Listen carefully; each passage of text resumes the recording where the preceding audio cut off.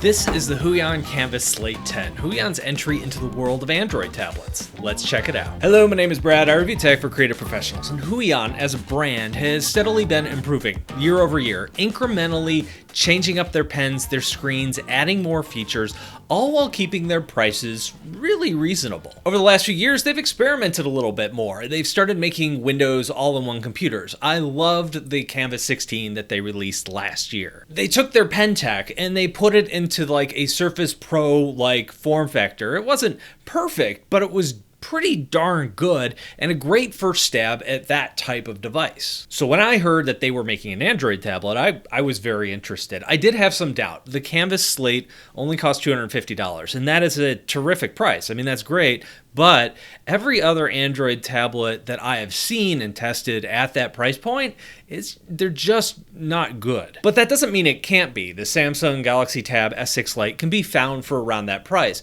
but it was originally released for $350, and here we are a year and a half later, now you can find it cheaper. Unfortunately, I didn't like this, and it pains me to say this. This feels and is a really cheap Android tablet, and everything that has made Huion a good drawing experience is missing here. So let's start by taking a look at what comes in the box. You have the tablet itself, and it also comes inside this little sleeve case cover thing. You also have a USB A to C cable and a power adapter. This is for charging. And of course, you also have the pen, and there's this little bag with a pen tip and a little doodad that helps you open the micro SD card slot. When I pulled the pen out of the box, I noticed that it didn't have a nib in it. It was just kind of empty there.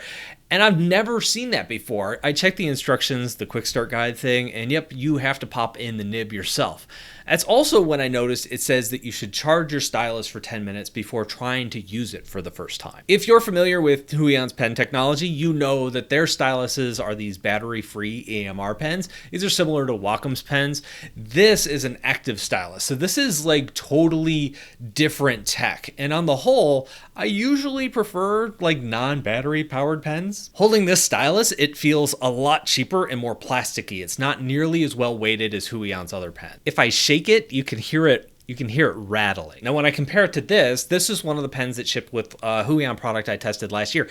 This is a really nice stylus. This is quality. And holding these up together, I can tell the difference right away. When I started taking online art courses, I quickly found myself way in over my head. It was like jumping from elementary school straight into college. I needed something that was in between that. My Learn to Draw in 60 Days course is that middle step that goes over the basics of drawing so you can jump into more advanced tutorials and courses with confidence. To learn more about that course and my other ones, go to bradsartschool.com. So when I got this set up and started to draw, I knew immediately I wasn't going to enjoy this nearly as much as Huion's other tablets. The lines were just not up to their usual quality standards. This is a very different pen than what they ship with everything else they make. The lines are pretty wobbly. This felt like a USI stylus. Now, USI stands for like a Universal Stylus Initiative, and that is a project to create a stylus standard for like Android tablets, Chromebooks, Windows computers. It's a good idea in theory, but USI styluses aren't much fun to draw with. They're not made for and by artists, so the initial activation rate isn't really good. They aren't quite as accurate as I wish they were. There's just too much wiggle for my taste,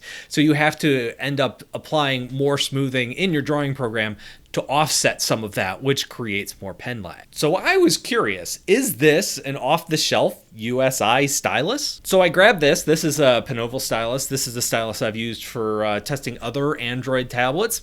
Use this on this one, and yep, that's exactly what this stylus is. So any USI stylus that you find will work on this device. So that's not ideal, but this is a super cheap tablet, and I'm often okay with making trade-offs for the price. This feels like a really big trade-off for me. This is a Huion device. For me, the reason you get a Huion device is to use their pen. So let's take a closer look at the pen. The pen nib itself is plastic. This is a glass screen, so there is no grip or extra control here if you like drawing on the surface of like other Huion products. You can get a screen protector when you are checking out from Huion's website. I did not get one while I was doing that. This is one of those apply it yourself type of screen protectors. So I could probably just find one on Amazon and cut it to the size I need and apply it here. There was one other big killer here for me, and that was palm rejection, kind of. Maybe it wasn't palm rejection. It was weird. I've never seen this before, but if my palm was resting on the screen, it just doesn't want to draw, or it takes a really long time to draw.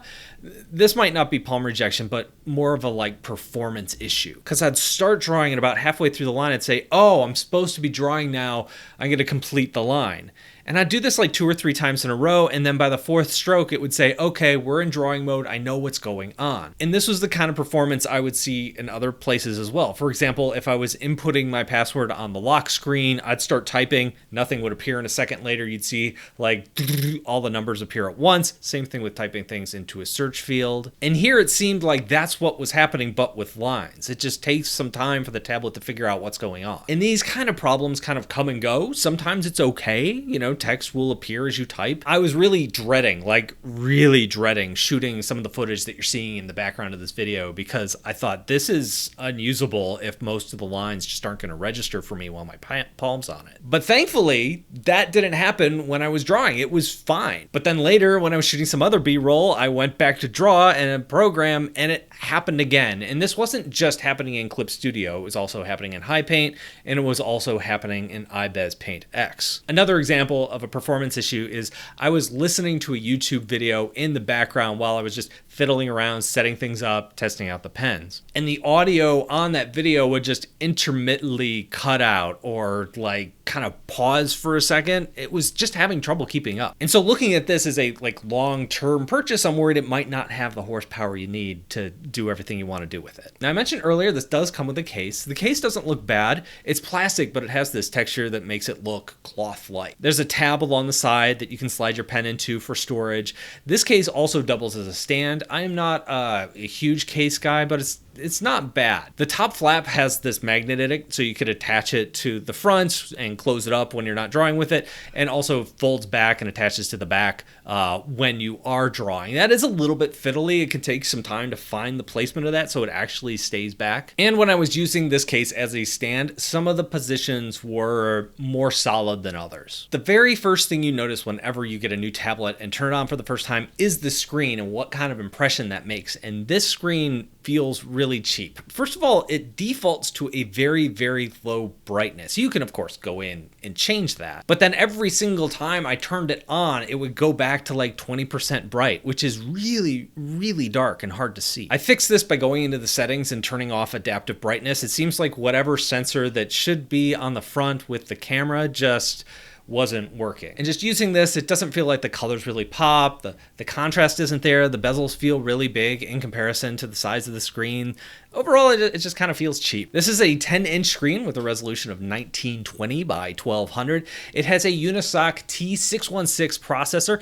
I don't know much about benchmarks and processors. When I looked at the benchmarks, this didn't look horrible, but the performance I was getting, for whatever reason, it was hit or miss. This does have 8 gigabytes of RAM and 128 gigabytes of storage. There is a 5 megapixel camera around the front and a 13 megapixel camera around the back. I would not expect much from these cameras. These look like phone cameras for like 8 to 10 years ago. And there is a 6,000 milliamp battery, which was fine. It seemed to hold a charge pretty well. I didn't notice a lot of drain when I was using it or anything like that, so it's fine. So performance, I've already touched on this a fair bit, so I'm not going to beat a dead horse here, but overall it felt pretty sluggish to me. Sometimes it goes at a good clip and it feels okay. Other times you can really feel this thing slowing down. And with Android tablets, I always worry about longevity. How long will you be able to use this before it really starts to slow down? I want a device that's going to last 3 to 4 years. Personally, I think it's worth spending another $100 to kind of get out of this basement price to get something like that. So I would not be shocked if this thing just doesn't stand the test of time and 6 months from now is just way too slow. At the end of the day, this doesn't feel like a Huion product. It just feels like a very cheap tablet that you could get off Amazon or Alibaba. Someone took one of those and slapped a Huion logo on it. There's nothing about it that makes me think this was touched by anyone at Huion beyond that. There was no thought put into it. There's nothing special or interesting that makes it better for artists. When you make a budget price product, you have to make choices about what you're going to cut out. This is something Huion has always been really good at. Keep the resolution down to keep the price down. You only put touch features in your high-end models. That also keeps the price down. But they did that while still using the same great pens, even in their low-end models. So when you get to a super cheap Kamvas 12. You might not get the best brightness, you might not get the best viewing angles, but you still got that great pen for a really good price. And because of that, it was still easy to recommend. Here I feel like they're cutting all the wrong corners, and maybe that's not even the right way to say it. I'm not sure they cut any corners because, like I said, this just feels like other Android tablets, like the Rubens tab, the Picasso tab. It feels identical to those. It doesn't help that right now I'm also reviewing the XP Pen Android tablet. It is their first Android tablet. That review will probably be out around the 20th of this month. It's under embargo, so I can't release the review yet. That tablet has a textured screen coating on it, so it looks like one of Huion's tablets. It also uses the same pen that Huion uses on their other devices, so you get the same drawing experience there. So they brought what makes their tablet special over to Android, the same way Huion brought what makes their tablet special over to the Windows space last year with the Kamvas 16, the Kamvas Studio 16. So with that said, I really hope that Huion tries again. I think having an Android tablet in their lineup with all the benefits of Huion's other devices, with the benefits of their pens, that would be amazing. And I think that's what everybody was excited about when they announced this device. But unfortunately, none of that magic exists here. But what do you think? Let me know down below in the comments. Thank you all for watching, and I'll talk to you in a couple of days.